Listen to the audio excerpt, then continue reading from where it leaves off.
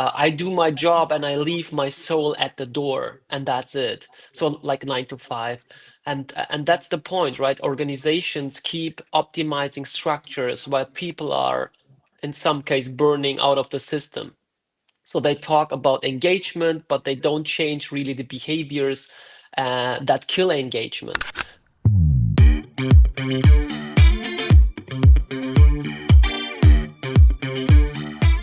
Hi guys, welcome to the podcast. How are you guys?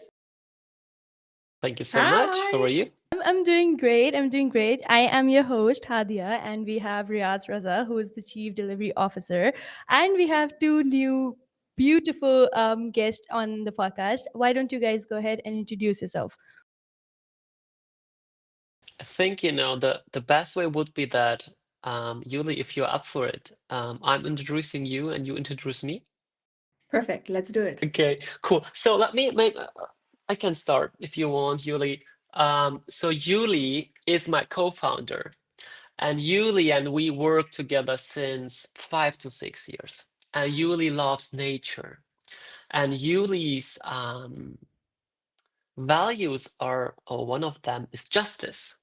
So that's very important. And at the same time, what is something, what guides her through her life? Um, I would say Yuli's quite active, right? So she's doing hiking, she's doing going to the gym, she is doing yoga, she's almost everything to eat and be healthy. So that's also one thing what is very important for Yuli. Um, Everything, comes in, into her has to be healthy, has to be clean, and this represents also Yuli. I love that. So justice, in other words, justice to her Yes, body. yes, just really living that, living what you preach. Beautiful. Thank you very much, Ali. What a pleasure. What a nice introduction. And let me introduce you to Ali. So Ali is a highly energetic human being. Whenever he enters the room, he's able to embrace the people, to give them his open ear. He's a very good listener, and he meets people on eye level. What is special about him is he's passionate about what he does. And currently, he's passionate about it's not about the name, our own business. And he's dreaming on how we can change how people are at the workplace, how people interact with each other, and how we are leading. And why am I saying that? Because when it's his dream, when it's his passion, he also displays that in his private life. He's super engaged, helping at his daughter's school. He's also doing lots of volunteer work. And what is so nice with him is you can be yourself.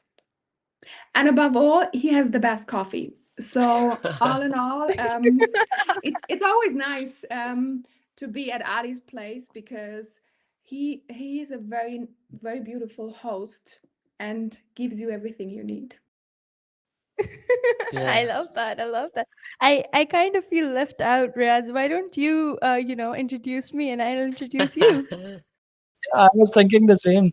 Like the introduction, this introduction part, I loved it. Like how you guys introduced each other. So I'm gonna take the lead on our side, and I'm gonna introduce Hadia. Hadia is like when she joined our organization, she was this young, clean canvas, which had a lot of potential and a lot of energy in her, a lot of vision behind her, and she wanted to do everything, and she is doing everything. After 3-4 years, she joined a sales team. She then moved into marketing. Now she's doing PR for our CEO and doing podcasts in parallel, and she's only, I think, 18 years of age. By her age, I was kind of like playing games and wasting time. So I see a lot of good things coming out of her. And I think by the time she's gonna reach my age, she's gonna be like on the top of her game. So love her energy, love her vision about things, love how she things, love how she sees things and like get involved in everything. So that's Hadia for you, like full of energy and sometimes overwhelming as well, like the kind of energy she brings to the table. I'm a millennial. I don't have that much absorbing power. But yeah, so that's Hadia. Well, thank you so much. To be very honest, that's how am I going to top that? But yeah, for Reyes, he has been working here for a very long time. He's the chief delivery officer. He is someone that everyone runs to if they have any issue, or he's a great leader as well. Apart from that, he takes care of all the production and engineering part of it. So as you would know, that we build applications and software. So anything tech related, it's Reyes, and he takes care, and it's his team who takes care of that. So yeah, I'm so sorry, Riaz, if I miss anything. Do you want to add anything to that? No, I think you covered the most boring parts of my life, but yeah, I'll live with that. He has a really good energy as well. He is, as he said that, yeah, he is really good with that. Awesome. So, Riaz, you have now two more people coming to you when they need something tech related. Here's my I'll address take, now. I'll Sorry. take that. We would honestly, to be very honest, we would love to have you guys, reach out to Riaz. He is always there to help. And not just help, he has the type of knowledge he has. I wish I had the brain to comprehend all that, technical stuff. Because even though I work in a tech company, I am very honest with this. I cannot understand technology that much. So yeah, it's just a girl thing, but I cannot do that. So, guys, why don't we start about it's not in about the name? So, how did the idea come? What was the market gap? How did you guys, started this company? So, I want to know your journey. Yeah. Yuli, if you want, I can start and you can build a bit on it. So Yuli and I, we have worked the last 10 years in big corporate. And what we have experienced was a lot of transformation projects, initiatives, journeys, and however we want to call it. And every time when we have recognized something is missing while doing all, we have seen, oh, actually the people who should do that, the human is missing. So we have decided after this to start we are calling it coaching boutique, because it should be a boutique where you come in and discover something and take something great out of. And with that boutique, we are focusing now on the human side of transformation. So that's a bit, where we said, hey, we want to solve, if you talk about the problem, we want to solve the change on paper or in the PowerPoint presentation, where we have seen a lot of misaligned teams, low engagement, disconnected culture, for organizations, their leaders, and their teams to clarify the why, making sure that leaders really role model the change, and embedding those new ways of working we need and those dynamics we have currently in the world. So that's a bit, in short, where we said, hey, we can do much more better. What is that? What we can offer outside? Yeah, Yuli. it's a perfect summary. So to build on what Ali said, so we have experienced the past 10 years. How is it to work Mm-hmm. for a big company?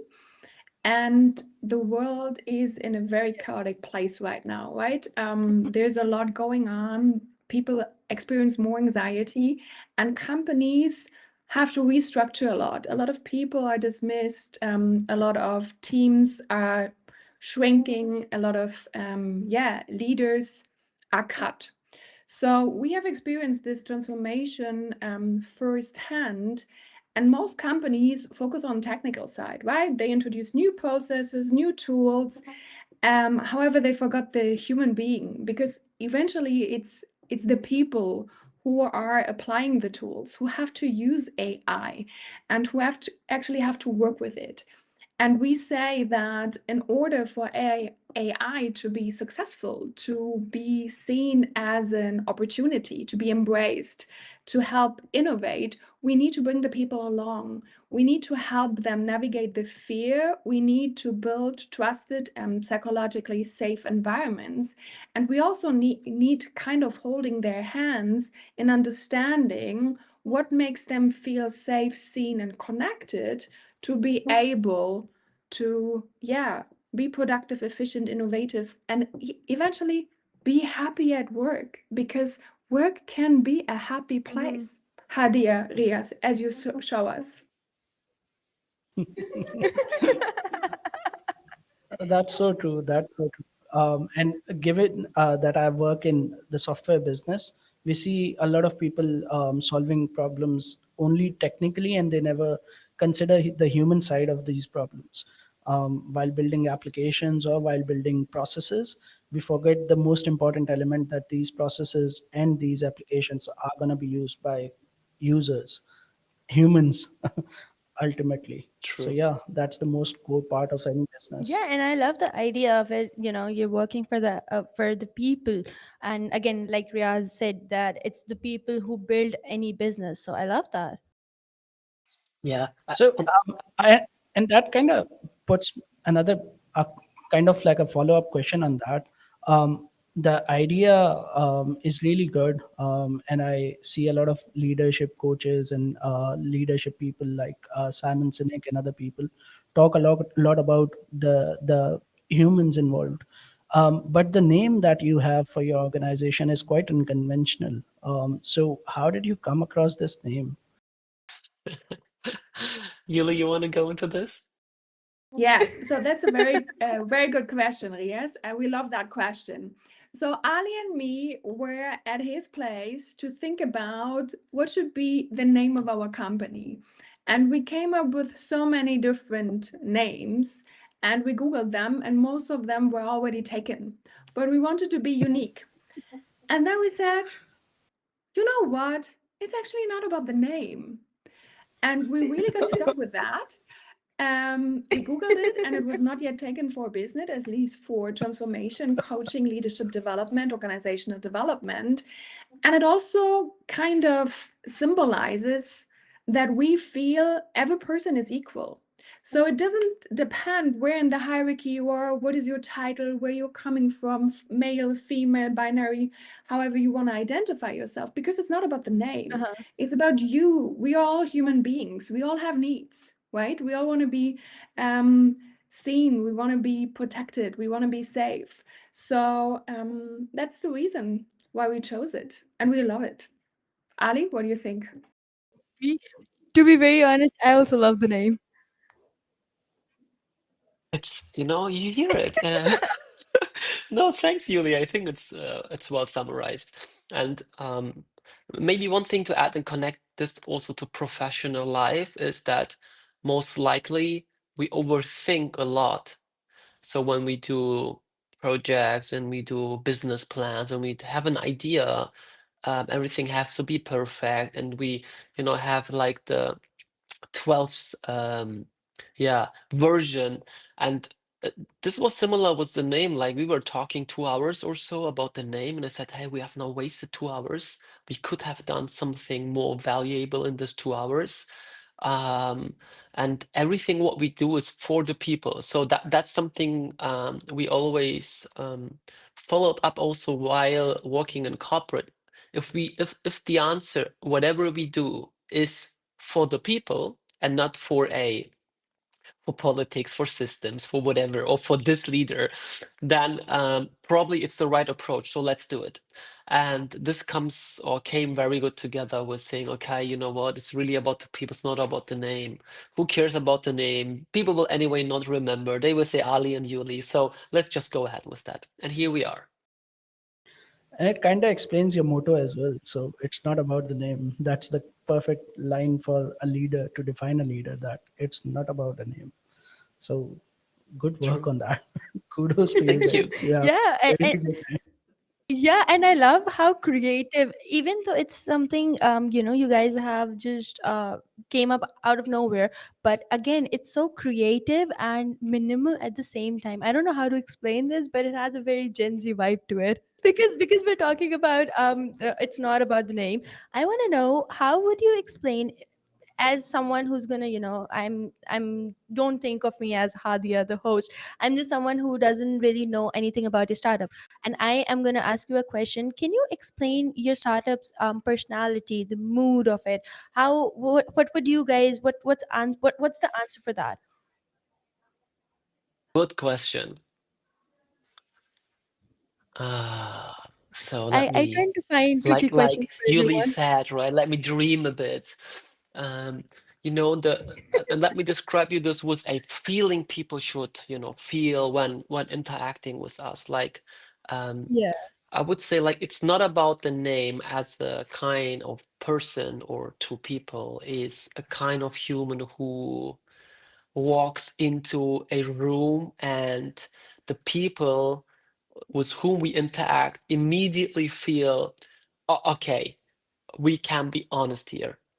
And it's not because it's safe, but because they can hold Hmm. the tension in the room or the dynamic, or without making anyone wrong. And he comes a bit together with what Yuli said on eye to eye level, right? So that's something. The other side, I would say, um, they ask questions because we are coaches, right? We ask questions that land and sometimes like a gentle punch.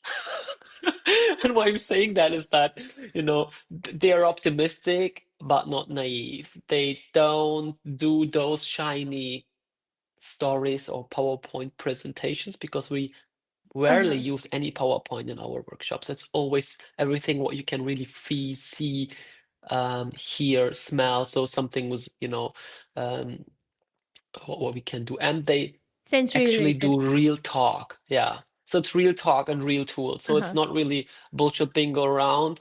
If we feel something as a coach in the room, then we want to also talk about this. So just to summarize, I would say Hmm. this person is bold enough to name patterns or tensions in the room.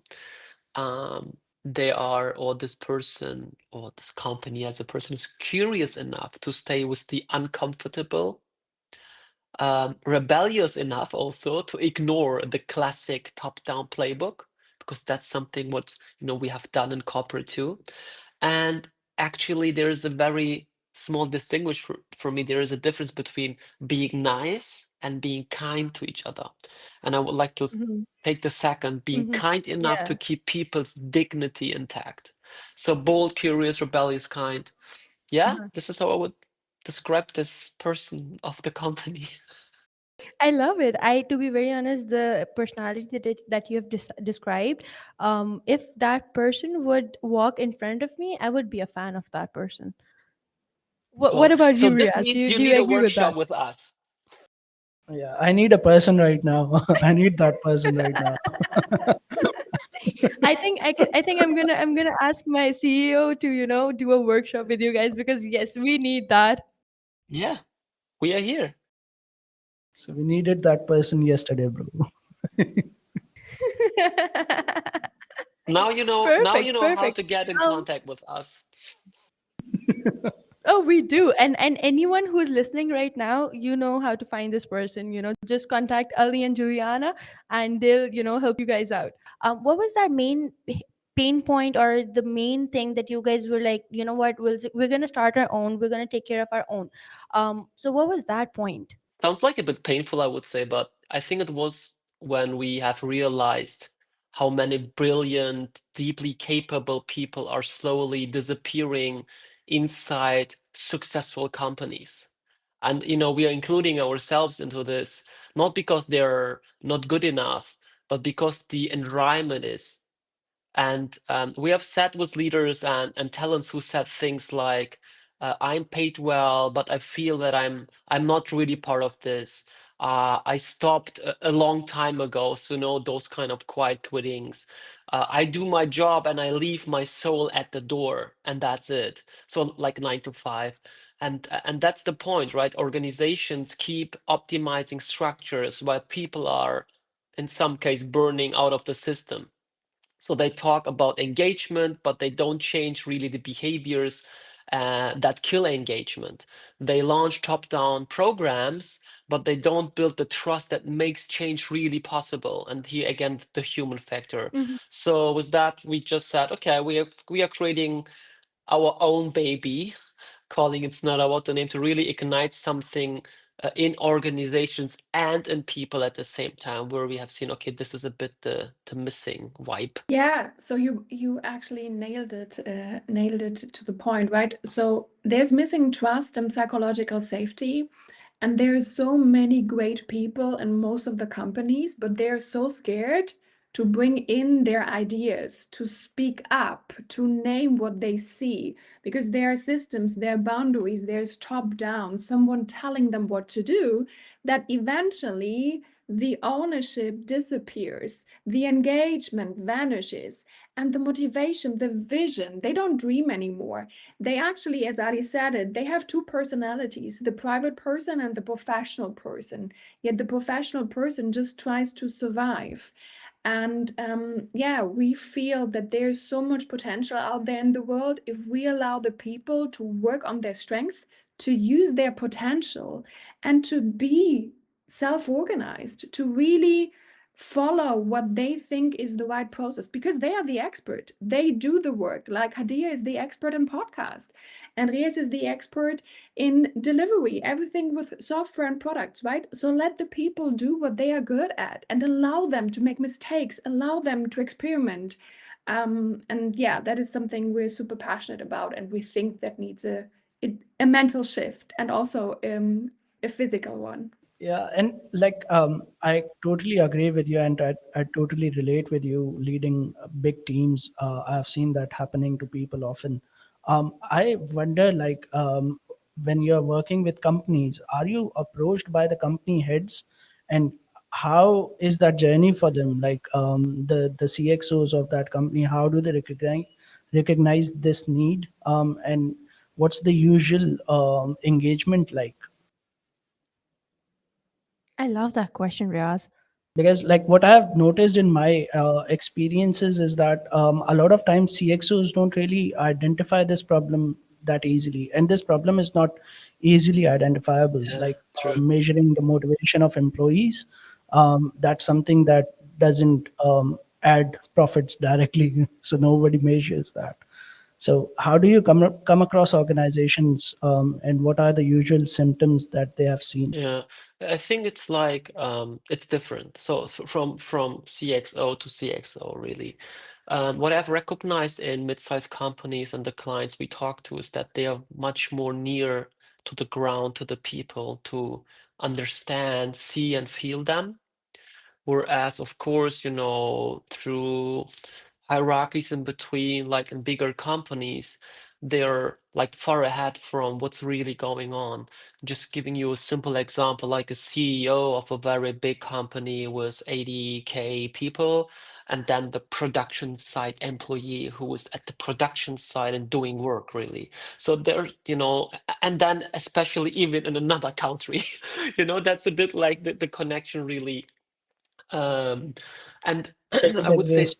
one more thing we really train to executives is that um, how you can recognize where you are in the transition you are in and where are the people. And are you aware about this? This is the first thing what comes good together with your question. And the second thing is, okay, and what do you do now to go back and pick the people up where they are? And most likely there is a gap in between, and even they're not recognizing, oh yeah, I'm already in this new shiny world where I have my vision, and I want to convey a new way of working. But there are people really far in the back who are saying, I don't want to let go what I have now because this is defining my, I don't know, identity. And I hold on that and don't want to move forward. So that's something we want to bring together, what we have experienced. where we had lately and also in the past workshops to really tackle that, and what then leaders or people, middle managers in the can do to go back to pick the people up and then really understand what's going on, which most likely is on an emotional basis rather than on a kind of content basis or professional basis. So how you really move people, it's not about talking about content. It's most likely about emotional topics. That makes total sense. And like, do you guys offer these services to like individual people Yeah. as well? So apart from business consulting with businesses, do you guys talk to middle managers independently as well, like out of these company engagements and Do you stuff? want to go ahead and I build on? Yeah, so we have, let's say, two streams, right? We offer workshops, we offer interventions, anything regarding change management. We do a lot of journeys because we believe that change needs time. We need to change behaviors, we need to adapt techniques and tools, especially the mindset of the people. And we also support that with individual coaching. So leaders can approach us for leadership coaching, but also individuals if they experience change transitions in their life, because we are certified life coaches. This is something we do on the individual level. And when it comes to groups, when it comes to organizations, to companies, usually what we do is team coachings, team interventions, workshops, and retreats. And can I add something on that because I'm so excited about this? I could see that. Yeah. So, I mean, we are offering a lot of on B2B basis, right? So for organizations, for leaders in organizations, where we have also individual coaching for even using diagnostics or research-based diagnostic, really. Um, but that's the half of the story, and of course we want to also go into the B2C market, and there is something very exciting coming next year or this year. I think in a couple of weeks we'll be ready to go live, but I want to teaser that and pitch that a bit, where we really would like to offer a week-long program, and we will call it Your New You. And that's for everyone who is in a kind of life transition, feeling to pull to go something different, or preparing for a specific day where they want to do then something different. And we said at that time, you don't need a kind of crisis to change, really. You just need a kind of moment of truth and the right space. And we want to create that space for people in this week-long program, really, to offer people space to really discover whatever they want to do in future, to finding themselves, to looking into what are their strengths and the environment they want to really thrive, and how they can use this to really have like a happy life and having a good feeling on a Monday morning while waking up, especially on Sunday while sleeping. To be very honest, if I could get a better feeling getting up on Monday morning, oh my God, sign me up for that, to be Here very we go. honest. Then stay tuned to sign yourself up for that I love the program. idea. I'm surely gonna reach out to you guys, because every single time when I'm going to sleep on Sunday, like you said, I'm like, oh my God, tomorrow's Monday, we're gonna do, I have so much stuff, because Mondays are always hectic, and I'm sure Riaz can also relate to that. So Mondays are the worst enemy, to be very honest. I think that's just because she does a lot. I'm a pretty lazy guy. Mondays are same as Sundays. Well, that's a Oh good my mindset. God. Yeah, but yeah, I mean, you're more than welcome, Haida, to join and start your new you. Yeah, I would love to. I would love to. Because we're talking about the challenges and stuff, I do want to know, what was the biggest challenge that you guys faced while creating, this product? What was the one thing that you guys, were like, oh my God, why did we even start with this? What was that point? Julie, when was that point? All the time. I actually want to. I actually wanted Julie to, say that. I want Julie to, give the answer for that question. What was that point, Julie? I think there are a lot of challenges when you found your own business, right? Because you need to invest a lot of time. You need to gain clients. You need to put yourself out there to position yourself at the market. Um, and you don't necessarily see immediate success.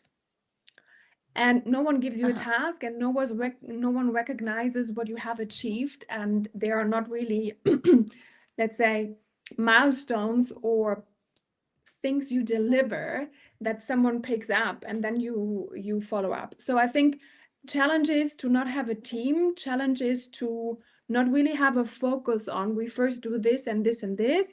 Ali and me, we're everywhere at the same time, and we're looking into different things at the same time. We're trying to position ourselves.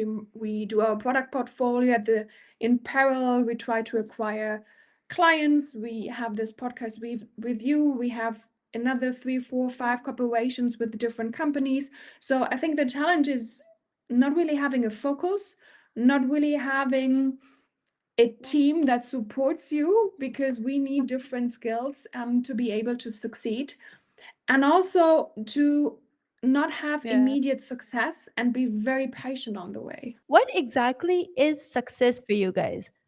Beautiful question. Beautiful question. For me, success is Ali and me, we create a lot of content, and there are a lot of learning nuggets for people to really help them change their behavior, help them to have a better experience at work, help them to be more comfortable within the team. And if one single person sees, watches, listens to that content and can change something for him herself, that is already success, because that is the impact we can have. And this individual then is ideally happier, healthier, more healed, and can go out into the world, into the family, team, in the community, and make also something better.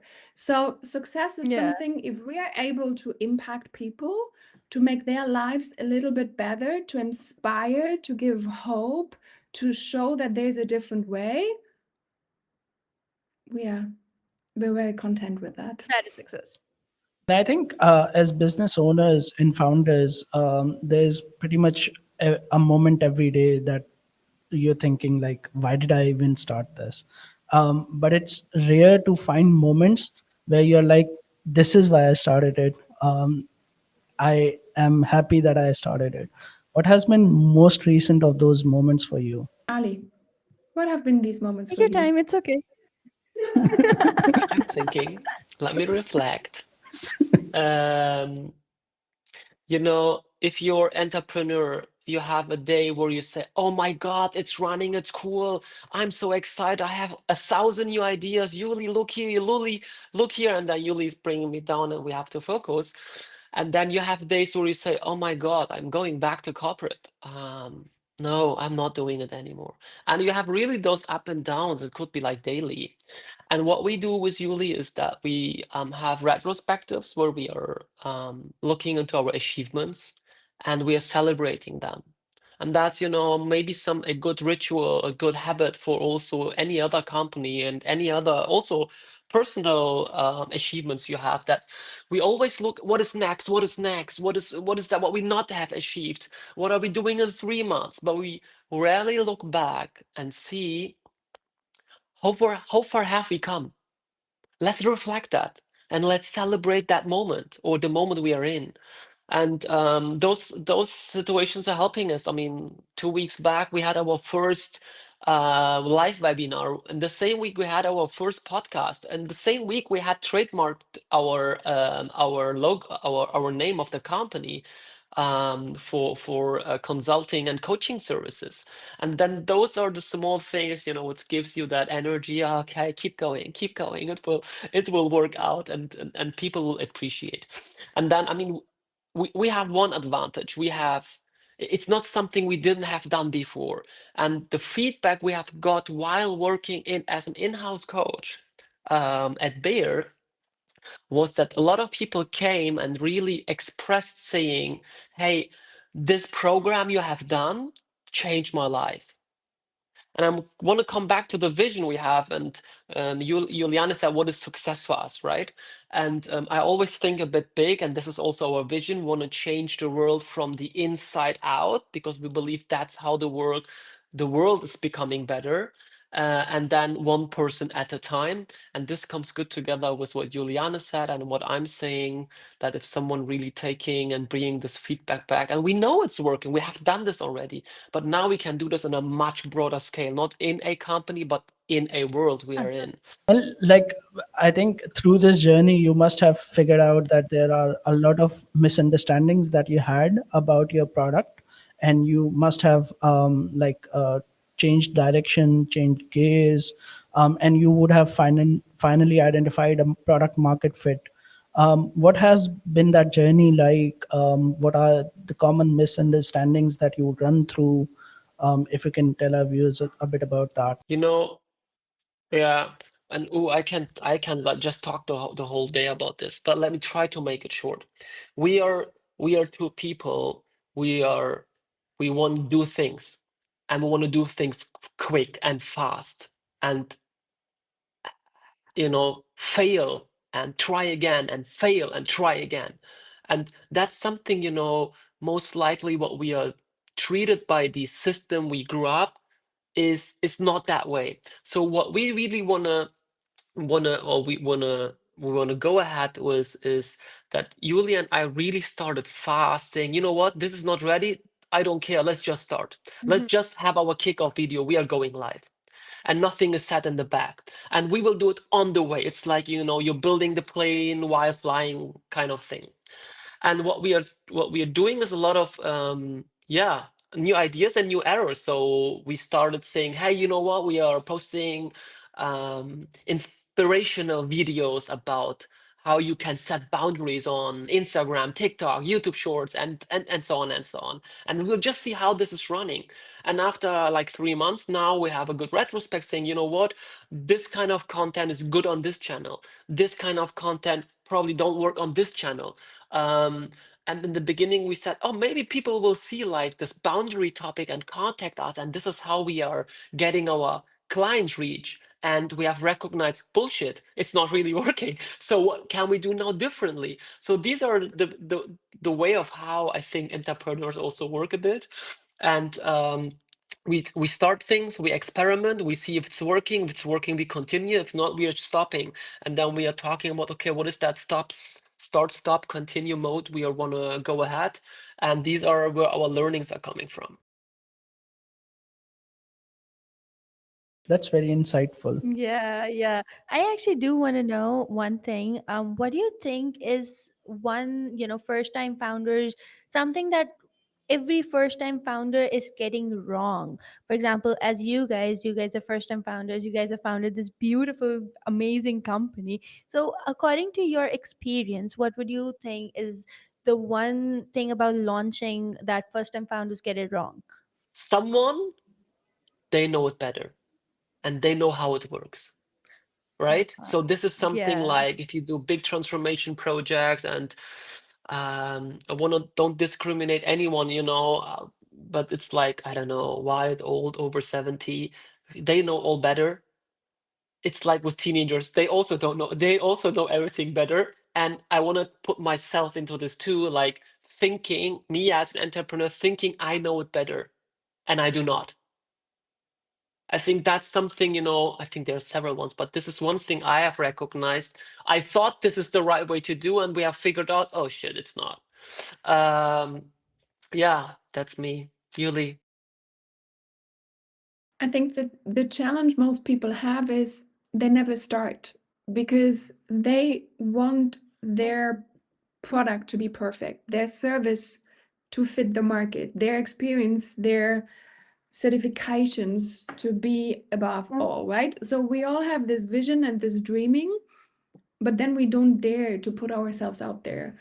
So I think what most people do wrong is they're not trying because they want to have the 100%, and they should start when they are ready with 70%, 70, 80%. Go out and try, as Ali said. Try what is working, what is resonating, where do you get feedback, Where do people engage with your product, your service, whatever that is that you are passionate about? I love that. I love that. And to be very honest, if you're self-aware and you do, you're self-aware so much that you actually understand that, okay, yeah, I need to grow, or I am someone who can, keep on learning stuff. I think you'll always succeed with stuff. With it. Riaz, what do you think about it? I think I have worked with a lot of founders as part of AppVerticals, which is like primarily a software consultancy firm for startups to build applications and products. And what I've noticed is that 80% of the founders, what they had as an idea at the inception stage, the if you compare the idea when it's in inception and when it's a product market fit, it's like completely different. You can't even say that it's the same application that they got built. And that's the biggest thing. I tell founders that it's all about innovation and adapting the changes and realizing what doesn't work. um, and that has been my experience with pretty much every company I've worked with, every founder that I've worked with. And the people who are quick to realize their mistakes and adapt to changes, I think they are the ones who succeed at like creating companies and making it big. And I believe it must be the case with you as well. Like when you started the company, I think you would have a different idea in your mind how the company is going to work. But when you go into the ground, you see that this is not going to get sold. You need to adapt your strategy. You need to change the marketing channels. You have to make a lot of changes. And then you find across the thing that can actually work. And it's almost very different than what you had initially imagined. Yeah, and I think to be very honest, even if I talk about it through a marketing perspective, every single day the algorithm is changing. So it's always like, we have to adapt with AI and everything else. We have to keep on adapting. That actually brings me to my next question. How do you guys deal with people who are telling you that AI is going to take over the world? How do you help those companies who are struggling with adaptation of AI? Because we all know that AI is the future, but how do you guys do that? This is actually our specialization, right? A lot of people trying now to make AI work, they try to bring in new tools or develop their own software, their own in-house programs. However, people are not using it. People are not adapting. People are not able to kind of outsource their own work and use AI either as a replacement or as an add-on to become more efficient, to become more productive, to get rid of all this administrative operational task. And what we always say is the reason is you don't bring the people along, because when the people fear AI, when the people fear that they are going to lose their jobs, it will be very difficult for them to see AI as an opportunity. So yes, AI is the future. How can we help people use it as a tool, as an opportunity, as a helper, as a support, rather than see it as a threat? So what we do with companies is, of course, first trying to understand what is it, why would you like to do it, and how can we help them bring the people along, because eventually it's about co-creation. They know best what can be, let's say, done by AI, but we also need to recognize their challenges, and we also need to bring the human part in, give them psychological safety and trust to experiment, to try, and to learn from it. Ali, what are your thoughts? Yeah, I mean, yes, it will come, and we all don't know if it's taking over the world or not, right? So I'm curious to see what is actually taking or not. I was actually seeing like very cool Instagram posts where people were doing like handcrafted work, saying, "Is now AI taking this over?" No way. So I think, we should not consider this in our mind. It's taking something away from the world, but how it can help me with may even some operations I do not enjoy to make, that I can focus the space I now gained, like in time for something else which may even more value add for me, for my environment, for the world, whatever. And yes, we see a lot of companies, introducing from the governance structure, like we want to have a kind of ChatGPT, but I want that this is going through X server in this country, and how we, um, the operational part, right? But what about the part before, like how Yeah. we can get people AI mind ready? And that's, where I say, okay, I have no clue about the governance, but I have clue about how we can get the people AI ready. And actually, there's research behind where if you really trigger specific behavioral patterns, it's enabling the mind becoming more AI ready, more inclusive, more diverse, more innovative, more creative, and so on. So there's nothing like a behavioral pattern which is called innovative. It's like there are different other patterns which is enabling that. And we can work, it's like a muscle on this mind readiness. And then the rest, of course, has to be set up on the operations that both is working as a twin engine in the end and coming together. And yeah, that's a lot of companies are missing. And here I'm offering them a cooperation together that we can make this work for people. Definitely, definitely, I agree with that. And any company, anyone who is, again, listening to this podcast, or watching this podcast, they can reach out to Ali and Juliana. What do you guys think is the future for this vision that you guys have? What is the vision for? It's not about the name. For 2026, what are you guys planning? I know Ali mentioned that you guys have some new stuff coming up in the beginning of the year, but what else that people should look out for?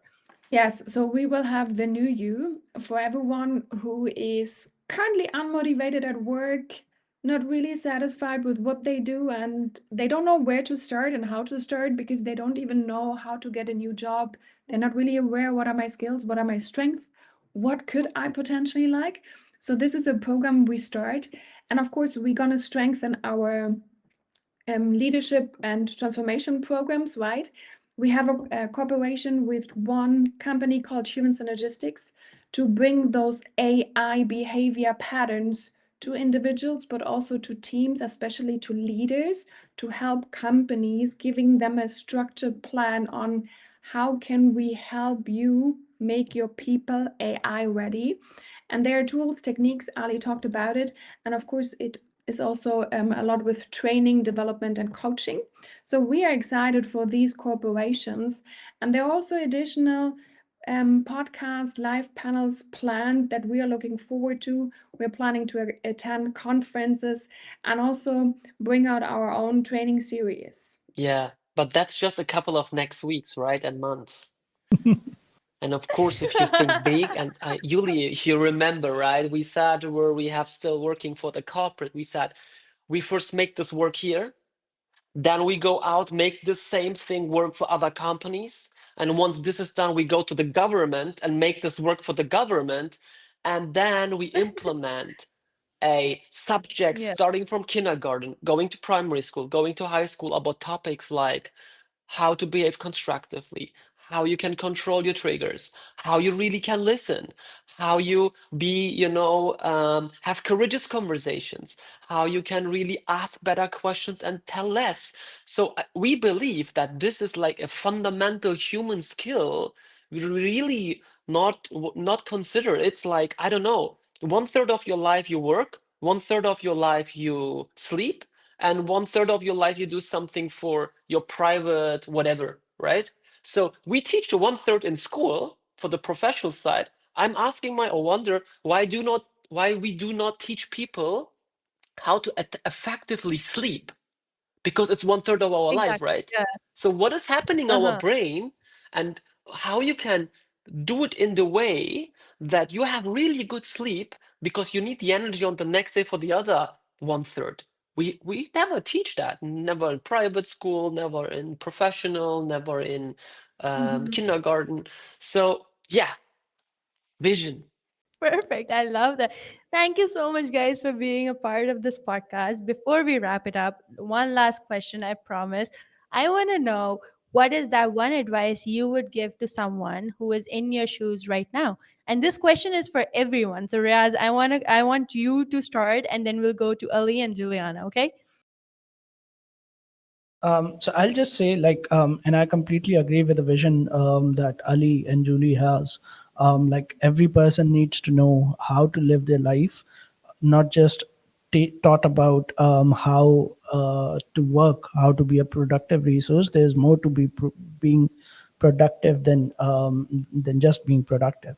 So I think I completely agree with the vision, and I completely agree with the final part of the vision, when we need to teach these subjects at school level, because at school you get to learn about maths, physics, chemistry, but these are essential life skills that you don't learn. So completely agree on that. For someone who's in the similar position, I would advise the same thing which we have already been talking about. Like Julie said, get started with podcast, get started with business, get started with your ideas that you have, and with time you learn, you'll get better, and you'll do great in all fronts. So yeah. Great, great advice, Riaz. Ali, what about you? I make it short. I take our philosophy, and it is you are enough and becoming. Yes, I love that. Great job. Great advice. Julie, what about you? So if I had an advice, it would be more like an invitation, right? It would be allowing people or encouraging them to learn more about themselves. What are their passions? What are their strengths? Where do they experience flow? What are the people around them, their family, recognize them for? So find those flow moments, these moments that give you this magical energy, and elaborate on that. See how it works, experiments, try things. And this process starts with self-awareness. So kind of get the courage, get the first step to go out there and discover who you truly are and what is your gift for the world. Aw, what a beautiful way to end this podcast. I love it. Well, thank you Yeah, I so think much. we should also take your advice, Hadia. You're the Gen Z in our podcast. What's your advice? Thank you for putting me on the spot, Riaz. To be You very can cut it honest, out. no, I'll keep it in the podcast. No worries. I would actually say the same, like Riaz said, that make it exist, and then you can always, make it better. This is something that I stick by it. When we were starting this podcast as well, the main thing that I was sticking by it was I don't want to make it look very amazing, and I don't want UI UX. I don't want all of that for the podcast. All I want is I want to make it exist for first. I want people to know what AppTalk is, and once they do, then I'll start working on making it better. You again, like you guys said, you'll always have to learn, and one who is always learning is going to succeed. So yeah, my advice is always the same: make it exist, and then you can make it better. And it's not about the name. And oh yeah, oh yes. Here we go. Perfect. Well, thank you so much. Yeah, thank you so much, guys, for joining the podcast. It was an amazing one. It was great connecting with each and every one of you. Yeah, and if anyone who wants to reach out to Ali and Juliana or Riaz or me, they can always reach out to AppVerticals. Or they can also reach out to It's Not About the Name. They can reach out on LinkedIn. I'll make sure to add all of our information in the bio as well. So yeah, I'm hoping everyone, goes and says at least a hi to Ali and Juliana. And yeah, Thank you so much for Thank you so having us, much. perfect. guys. Thank you. It was a pleasure. Thank you so much.